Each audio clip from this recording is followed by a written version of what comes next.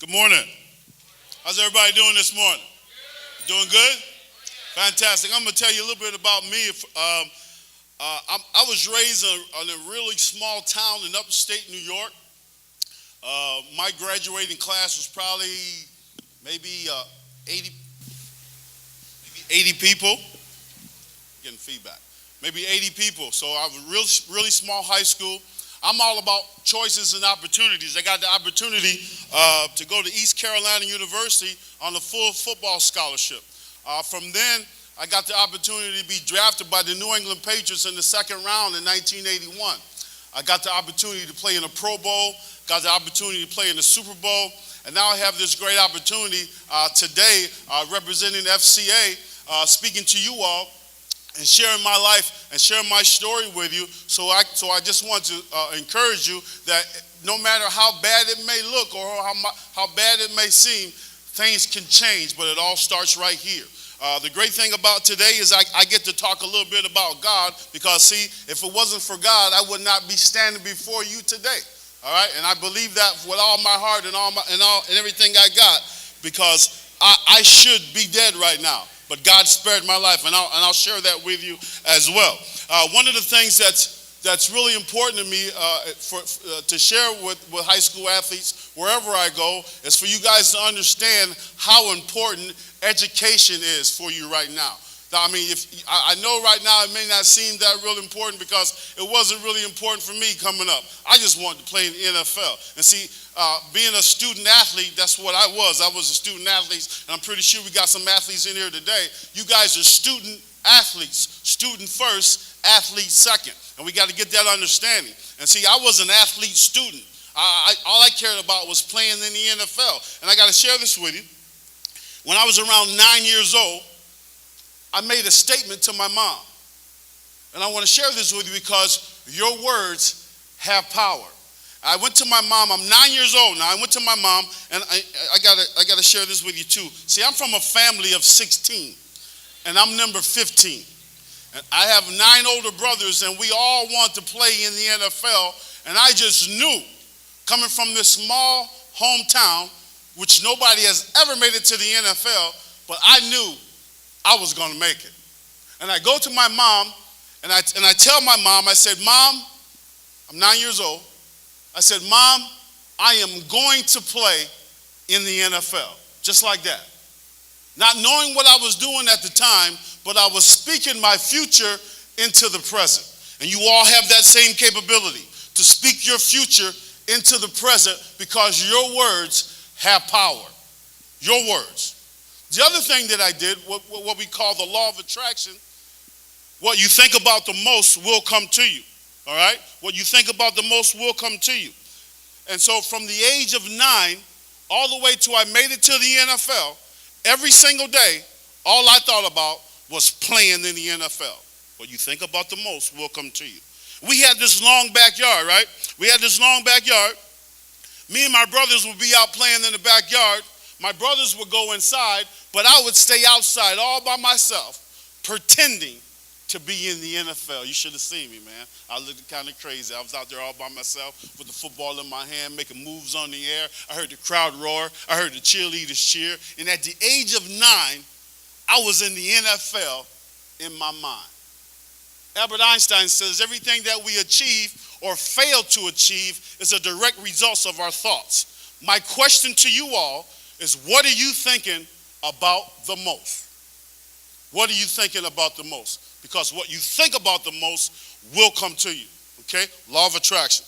Now, the next thing I did is that I wanted to be the best football player that I could possibly be.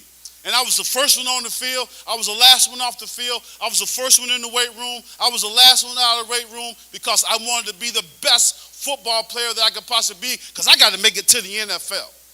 Let me share this with you. To be the best at what you do, you cannot do what everybody else is doing. Let me say that one more time. To be the best at what you do, you cannot do what everybody else is doing. See, there's going to be times when you may have to separate yourself from your friends because you want to be the best at what you do. And that's what I wanted to be, man. I wanted to be the best football player ever. And I worked hard. Hard work pays off. And I was working hard. My senior year comes in, and I get an opportunity. Now, you got to understand, I'm from a poor family. I've never been on an airplane before my whole entire life. And my senior year, you get as a recruiter, you get 5 visits. And my 4th visit was to the University of Florida. I'm in upstate New York. I get to fly all the way to Gainesville, Florida. And I'm very, very excited about it because being on the plane for the very first time. Really excited about going to the University of Florida too, because that's where I wanted to go play ball at. So I get on the plane, everything's great. Get down to the University of Florida, met all the coaches, met some of the players, and it was great. It was fantastic. I'm coming back home. I am going to the University of Florida. No question. No question. I have one more visit to take, and that was to East Carolina University. Now, mind you, this is 1977, okay? The only reason I came down to East Carolina on the visit is because I was going to get on the plane again for the second time. That's the only reason I came. I'm going to the University of Florida. So I get down here, and I met a man by the name of Pat Dye. Life is all about choices and opportunities, students. All about choices. I met Pat Dye, and Pat Dye told me 2 things. He said, son, if you come here, you will get the opportunity to play, and you will get the opportunity to play in the NFL. The coach at Florida didn't tell me that. So now I make a choice to go to East Carolina over University of Florida. Man, my family thought I was crazy. They were like, man, what they feed you when you went down there? Are you crazy? You picking East Carolina over Florida? I remember my father said, I heard of North Carolina and I heard of South Carolina, but where in the hell is East Carolina? Wasn't even on the map, okay? But it was my choice to come to East Carolina. Best choice I could have ever made. Best choice I could have ever made. Now see, as an athlete, and that's what I was. I wasn't a student athlete. I was just an athlete. But as a student athlete, you need to have good study habits. As a student, you need to have good study habits, especially if you want to go off to college, okay? And I didn't have good study habits, okay? And let me share this with you. Don't think when you get to college, you're going to have good study habits if you don't have them right now. Doesn't work that way. Does not work that way. I remember my first night in the dorm room. I'm there by myself, and I realized my mom and dad is not next door. I can keep the TV on all night long if I want to. I can stay up as long as I want because now I'm on my own. Wasn't a good thing for me. I didn't have good study habits. And I made some choices my freshman year when I got down here to East Carolina. See, coming from up north, I wanted to go south, and I thought coming to North Carolina is farther enough south that it stays warm. But it gets cold in North Carolina in November and December. Didn't know that. And so when it got cold in December, I made some choices that weren't so good. When it got cold, I didn't go to class. My choice, right? When it rained, I didn't go to class. When the wind was blowing real hard, I ain't go to class. My choice. You know, I'm a football player. Everything's gonna be all right. That's what I'm thinking. That's how I'm thinking. And so I had a great freshman year on the team. I got freshman of the year. At the end of the year, the coach calls me into the office and says, "We have a problem." I was like, "What's the problem, coach? I got freshman of the year. Everything's fantastic." Yeah, she says, "Yeah, it's good on the football field, but it's not good in the classroom." Let me share this with you guys. One of the most important things that you guys need to keep on that you think about all the time right now is your GPA, okay? Especially the athletes, but besides the athletes, one of the biggest things that you guys need to understand is the higher your grade point average is, the more opportunities you're going to receive. And see, if you got a 2.5 grade point average right now, you're working on a 3.0. If you got a 3.0, you're working on a 3.2. If you got a 3.2, you're working on a 3.5. If you got a 3.5, you're working on a 3.8. If you got a 3.8, you're working on a 4.0. If you have a 4.0, you're working on a 4.2. Your grade point average cannot be high enough because the higher your grade point average is, the more opportunities you're going to receive. I didn't think like that. I kept my 2.0 grade point average all through high school because that was just enough for me to stay on the football field. And when I got to college, I didn't have good study habits. And my coach calls me into the office and she says, "We have a problem." Now, I'm going to tell you what my GPA was. You only get to laugh for 2 to 3 seconds, all right? 2 to 3 seconds, all right? I said, Coach, what's my GPA? He says, you have a .7 grade point average. Go ahead, 2, 3 seconds. Not a 1.7, a .7. I wasn't going to class. What do you expect? All right? Those are the choices that I was making. So he says to me, he says, if you don't pull your grades up, you can't play football anymore. Can't let that happen. I got to make it to the NFL. Kept a 3.2 all the way through college because I was making sure that didn't happen to me anymore. So now I got this other choice I got to make. My senior year at ECU, the pro scouts started coming around, the agents started coming around, and I chose my agent, and my agent tells me, this is in January right now. My agent tells me actually it's in December. He says we need to go down to Miami and get ready for the NFL Combine. So I'm sure some of you guys have heard of the NFL Combine before. This is something that I've been working on all my life. You know, my question was, what time do we leave and how long we got to stay? Let's go. Let's do it. Okay? And he says to me, you need to be down there for about 2.5 months, maybe 3 months. I was like, what? I'm still in school. So now I got a choice I have to make. Life's all about choices and opportunities. I got to make a choice. Either stay in school. I have 11 credits left. I was knocking 15 out a semester. Stay in school and graduate on time, or go down to Miami and get ready for the NFL Combine. These are the choices I got. Stay in school, go down to Miami for the NFL Combine. Stay in school, NFL Combine. Stay in school. Whoa, this chair's moved. Huh?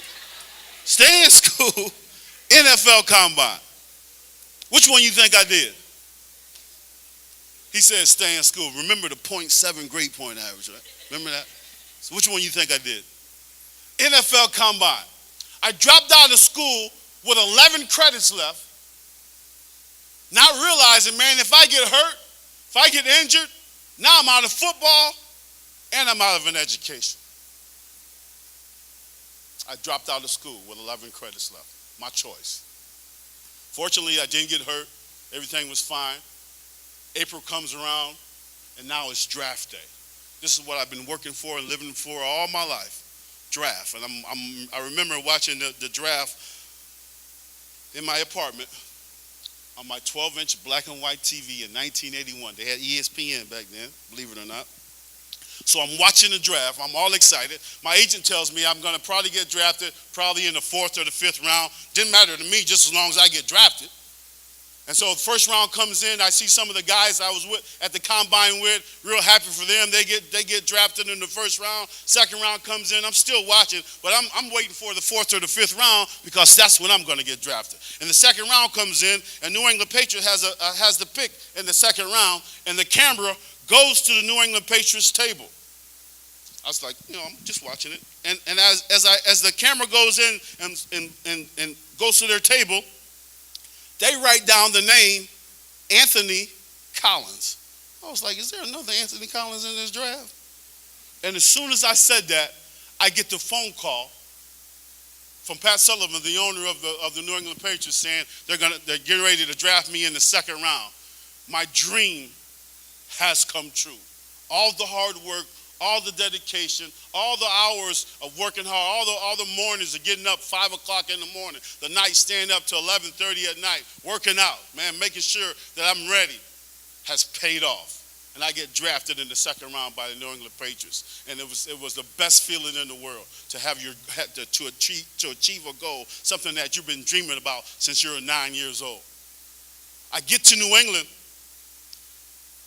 My rookie season, I get to New England, and I'm the third string running back on the team.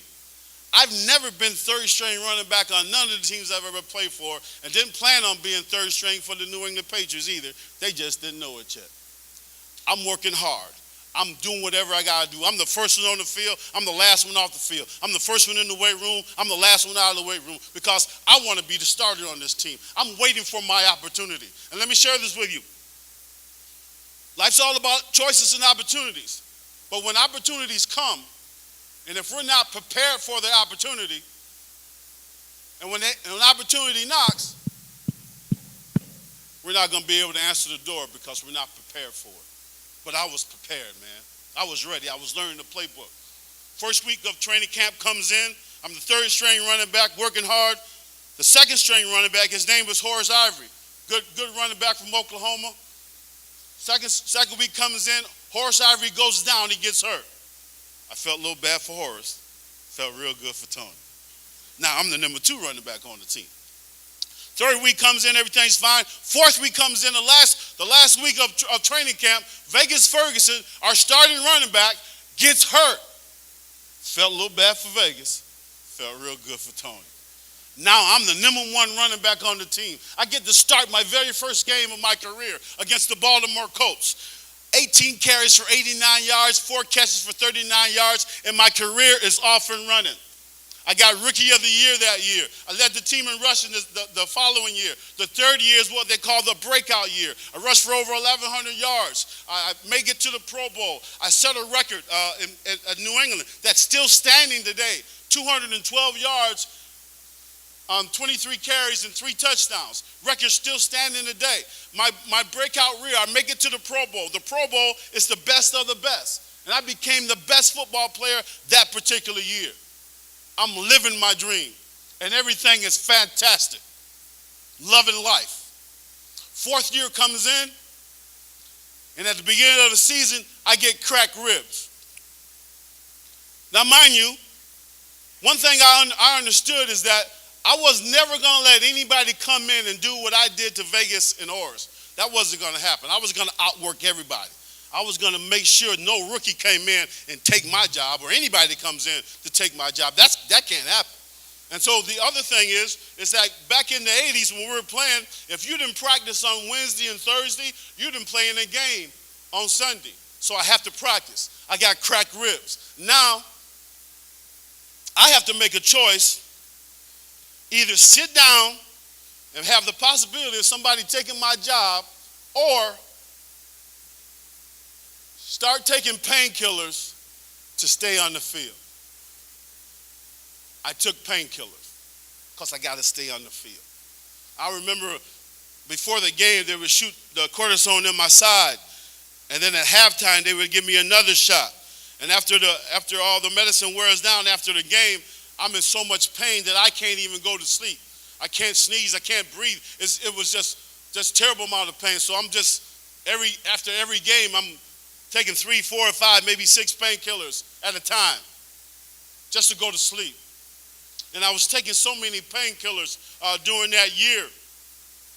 It was really upsetting my stomach every time I would take it. And one of the guys on the team, I think he was probably doing the same thing. He says to me, he says, "Tony, man, if you smoke a little marijuana, it'll take the nauseousness away from you." I didn't know that. I know I got to keep taking these painkillers. I know that for a fact. So I make a choice. I make a choice to take a hit of marijuana for the very first time. And sure enough, the nauseousness goes away. And for that whole year, I'm popping pills and I smoke a little marijuana. Pop pills, I smoke a little marijuana just to get through. And I'm cheating the system.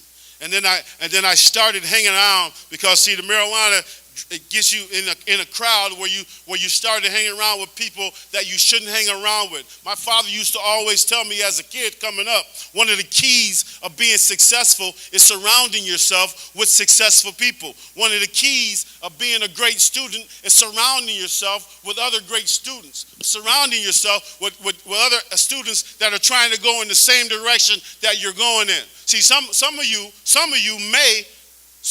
may have to stop hanging around the people that you hang around with in order to get to that next level. I'm just letting you know. Might have to happen. But it's all about doing what you got to do to be the best that you can possibly be. And see, I started hanging around bad people. Started hanging out in nightclubs. And I went from marijuana to cocaine. Yeah. My choice. My choice. My choice. And I got tested positive twice by the New England Patriots. They were random testing me, and I got tested positive twice. And the Patriots released me in 1987. One of the saddest days of my life, being cut by the team because of choices that I was making. The very next day, the Indianapolis Colts, they picked me up. Ron Myers was at New England, was my head coach in New England a couple years, and so he picked me up from the Indianapolis Colts very next day. And so now, I got 2 strikes on me. If I get another positive test, I'm going to get suspended from the league for a whole entire year. Cannot let that happen. Can't let that happen. So I get to Indianapolis, everything's fine, everything's going good. First week of training camp comes in, I'm doing really good on the team, working with Eric Dickinson. Eric Dickinson was my teammate. We thought we were going to have a real good season. Second week of training camp comes in, and I make a choice to go to a party. Just a party in training camp. You know, need a little relaxation, so I'm going to go to a party. But I knew there was going to probably be some marijuana smoking there, some other things that was going on there, but I wasn't going to mess around because I'm getting drug tested every single day. I know. I got to wake up the next morning and give a drug test. I cannot mess around. Not going to mess around. I can't get suspended for a whole entire year. Can't let that happen. I love football. So I get to the party. Sure enough, they were smoking marijuana at the party, doing other things, but I'm sitting back. Not going to let that happen. Not going to mess around with anything because I know what I got to do the very next day. I get back to my dorm room that night. Everything's fine. I wake up the next morning, take my test, go off to practice. Had a great day of practice. Very next day, Coach Myers calls me into the office and says, "You've been tested positive for the 3rd time, and you are suspended from the NFL." I was like, what? I didn't do it this time. But who's going to believe me? I made a choice to go to a party not knowing about secondhand smoke. I take a test, and I get suspended for a whole entire year because I made a choice to go to a party. Let me share this with you. You guys can make a choice to get in a car that you may know these guys may be smoking marijuana or doing other things, but you just need to ride home. You don't smoke, you just need to ride home. But you make a choice to get into that car. I made a choice to go to a party, and it changed my whole life because of choices that I was making. Got suspended for a whole entire year. Got reinstated, played my last year with the Miami Dolphins, but I felt like a failure. I felt that I had let everybody down. I stayed away from East Carolina for 18 years. I stayed away from my great hometown for 18 years. I stayed away from Boston for 18 years because I was ashamed of what I had done. I had felt that I had let everybody down. Now let me share this with you guys. The choices that you make, not only do they affect you or will affect you, they will affect people that love you, like your mom and your dad and your sisters and your brothers. And see, I hurt a lot of people. I let a lot of people down. And this positive person that has been positive all my life, now I'm thinking negative. I'm mad at the world because of the choices I was making. Crazy, right? I'm mad at the world. I'm a negative person. 18 years I stayed away. I was just existing. I was just living through my son. My son was getting ready to go off to the University of Pittsburgh, and I get this job working for this company that I thought I was going to be working with athletes. And I get to the job, and I'm not working with athletes. I'm on the phone all morning talking to the parents of the athletes, and I do not want to be here. And I come to the conclusion, my decision was, when lunchtime comes, I'm going to go to McDonald's, and I'm not coming back. That's what my choice I was going to make. So I get to McDonald's, and I ordered a number 1. Big Mac, order fries, and a high C drink. Is that still number 1 right now? Yeah, still number 1. And I remember the lady gave me the high C drink, and something on the inside, that still small voice on the inside said, "Man, you need to go back to that job." What? I want to go back to the job. I want to go home. I don't want to do this. I don't want to be on the phone all morning. Heard the voice again. Go back to the job. So I get back to the job. First day on the job, and I'm ready to quit. I'm back to the job. I'm answering the phones. The coworker that was next to me, I'm sure he didn't want to be here either because he kept getting up and leaving all the time. His phone started ringing while he was gone. I didn't want to answer my phone. I made a choice to pick up his phone. The best choice I could have ever made in my whole entire life. Because, see, on the other end of that phone was this lady from San Antonio, Texas. I'm living in Miami at the time. I answered the phone, and I asked her, I said, what's your son's name? He says, my son's name is Terrence Terrell. You know, I'm still football-minded. I said, that sounds like a football name. She says, yeah, my son plays football. And she starts bragging on her son, how great a wide receiver he is. Well, you know, I got a son, too, pretty good running back, getting ready to go to the University of Pittsburgh. So I start bragging on my son. We're bragging on our sons back and forth. And like the gentleman I am and was, I said, listen, this is my cell number. Call me later. I was flirting a little bit, you know. And so she called me. She called me. And we talked, and we talked, and we talked, and we talked for 4 months before I even know what she looked like. But the crazy thing is, I'm already in love with this woman that I've never seen before.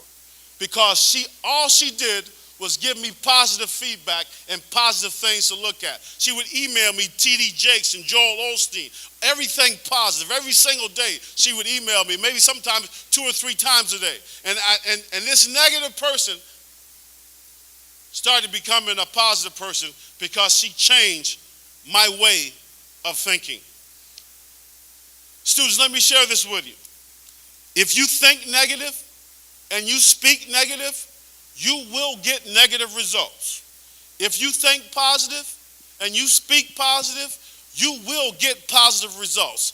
It's a law. It's just like giving and receiving. If you give, it's coming back.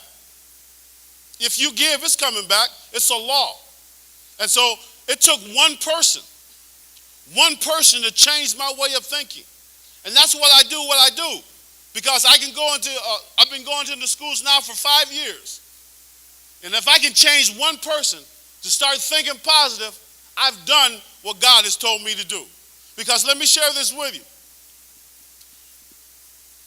God spared my life. I always thought that my purpose in life was to play in the NFL and make a lot of money and have a great time. You know, that was part of it. But my purpose in life is to be here at Hunt High School speaking to you all. That's part of my purpose. I take this very seriously because, see, I have a purpose and I have to give back because for 18 years, I lost 18 years of my life just being that negative person. So I got a lot of catching up to do. And I want you guys to understand that when you speak positive, you're going to get positive results. It's a law. Now let me share this with you. There are so many things that you all can do to get you to that next level. But one of the best things that you guys can do right now for yourself, because I believe success begins at home. At the age of 11, my father comes to me and tells me this phenomenal thing. He asked me, son, do you really want to be successful? Yeah, Dad, I want to be successful, of course. I'm going to play in the NFL. And he says to me, if you do one thing, it guarantees you success. One thing. So, you know, I'm waiting for him to tell me this phenomenal thing that's going to guarantee me success. Guarantee me. What's your name, son? Devontae? Let me share with you, Devontae, what my father did to me. I got to stand up here because I got to show you exactly how he did, because he stood over me. And it was kind of intimidating. I ain't intimidating right now to you because you're a big old boy. You play ball? You don't play ball? Okay. Well, anyway, this is what my father said to me. He says, boy, do you really want to be successful? Say yes, sir. That's what I said. I said, yes, sir. See, back then when we were coming up in the 60s and the 70s, we had to say yes, sir, and no, sir to mom and dad. And yes, ma'am, and no, ma'am. Because if we didn't, we got popped upside the head. That's just how we were raised. But this is what he said to me. He says, he looks at me, he points at me. He says, obey your mother and father. And he walks out of the room. I was like, where you going? How does obeying my mom and dad guarantee me success? Can't figure it out. Didn't understand it. You get it? You got it, right? Okay, he got it. But I didn't get it at the age of 10. I had no idea what he was talking about. How does obeying mom and dad guarantee me success? I didn't get it until my senior year in college when all the pro scouts started coming around and all the agents started coming around. And I looked back, I said, man, this was pretty easy. And I remember what my father said to me about obeying mom and dad, and it guarantees me success. See, the other thing back in the 60s and the 70s that I didn't tell you about, there was this thing out called a whooping. See, I know y'all don't get whoopings no more, but we got whoopings back then, man. It was borderline child abuse for us. The switch thing, we did the switch thing, all right? And so I didn't want to get whoopings, so I obeyed mom and dad, and it guaranteed me success. Now, let me share this with you. Let me share this with you. They put clothes on your back. They put shoes on your feet. They put a roof over your head, and you can't be home at a certain time. You can't do the things that they're telling you to do. You can't keep your room clean. That's a problem. Not for your parents, but for you. Don't try to figure this out either, because you won't figure it out. But just do it. Understand that success begins at home. And by honoring your mother and father, or your grandma, your uncle, your auntie, whoever's your legal guardian, obey them, and it will guarantee you success. As long as they tell you to do the right things. Okay? Success begins at home. And it's up to you all to make the choices, to make those choices that are going to get you to the next level. Totally up to you guys. Totally up to you guys. And let me share this with you. Let me show you how positive, how powerful your words can be. How powerful your words can be. Now remember, back in my hometown, nobody has ever made it to the NFL. Nobody. But I was going to make it. I was going to make it. But nobody from my school, all my brothers, all my older brothers tried to make it. They didn't make it. Let me show you how powerful your words can be. My senior year in high school, I'm sitting on the bench the night before a game, and there's another teammate sitting beside me. His name was Chris Christie, a good football player. I looked over to Chris, and I said, Chris, man, wouldn't it be cool if both of us made it to the NFL? I knew I was going to make it. I was just hoping Chris would make it too. I can't remember what Chris said. Chris goes off to Princeton. I go to East Carolina University. 4 years later, I get drafted by the New England Patriots in the second round. Chris, he gets drafted by the New England Patriots in the 12th round. A lot of people say, oh, man, that's a coincidence. I believe that your words have power. Don't let another negative word come out of your mouth. You control what you say. You control what you think. You got to be in control of that. And let me share this with you. The negative thoughts are going to come. The negative thoughts are going to come. And when those negative thoughts come, change them to positive thoughts. As soon as they come, change them to positive thoughts. Because one of the keys in this whole thing of life is what you're doing right up here. What you're doing right here. So you may think right now that, oh man, I'm still in high school and I got a lot of things I got to do and I can make some mistakes. Yeah, you're going to make some mistakes. But why not right now, start thinking positive all the time. Right now, start speaking positive things all the time. Right now, start making good choices right now. See, don't be like me and waste 18 years of your life by thinking negative. And now I had to go back to school because I was a dropout, right? I had to go back to school. I got to get my education. And at the age of 52, and that's why I wear this East Carolina ring, although we're playing some good football too right now. But I wear this because at the age of 52, I went back to East Carolina and I got my degree in communications. Y'all can go ahead and clap for me because it was hard. It was hard. But that's not the way to do it. That's not the way to do it. You want to get your degree 4 years after you get out of high school. But it's totally up to you guys. It's totally up to you guys. It's your choice right now. Your choice to make or break. Because every choice that you make, believe it or not, how little it may seem, it reflects on your life. It's going to come back on your life. And believe it or not, where you are today, maybe not where you are, but some of the things that you've already done today, as far as what your GPA is right now, how well you do if you're an athlete, how well you do on the field or the court. But some of the choices that you guys are making right now is going to reflect on your life. The choices that you make today are going to determine where you're going to be at tomorrow. And it's all up to you guys.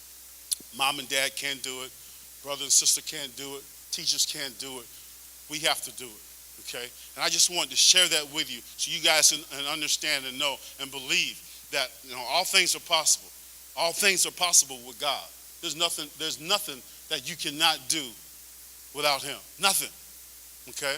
And I realize that now. And as I go and I speak into schools, and see, I'm so thankful for Clay to give me this opportunity because, a lot of schools that I go into, you really can't talk about God. You can only say very, very little. And now I have a platform where I can go share about God, man, because God, without him, I'm nothing.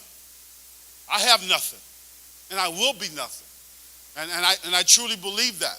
And one of the things that's so key for me right now is to give back. It's to share with you all, share with student athletes, share with students, because see, I know what my purpose in life is. I know what it is right now. There's no question in my mind I'm doing what I'm supposed to do. And there's going to come a day that you're going to know what your purpose in life is. And when that day comes, man, that's going to be a great day for you. Because when you find out what your purpose is, can't nothing stop you. 3 P's. For those of you who want to achieve goals, okay, 3 P's. Got to have purpose.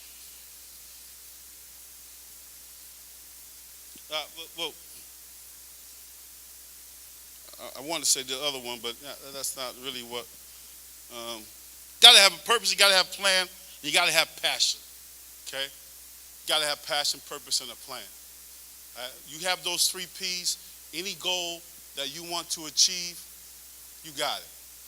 But they all got to come together. So you can have passion to do something and you don't have a plan, you just got the passion for you. You're going to have a passion and you don't have a purpose, still ain't going to work.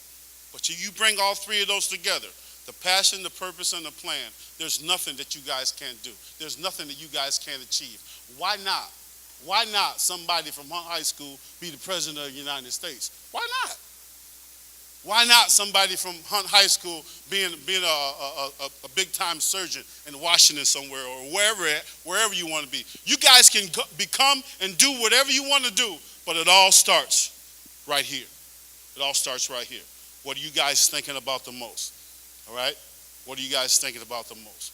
Your words have power, and you guys can achieve anything that you want to achieve. Thank you all so much. Thank you for participating. God bless you. Oh, I got to tell you, I always forgetting.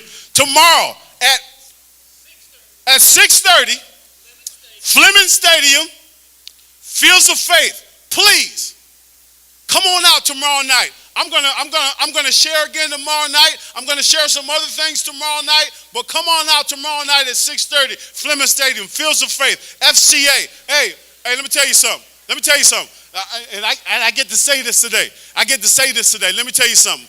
If you don't have God in your life, that's all I got to say. That's all I got to say. Thank you all so much. God bless you. Love you. Take care.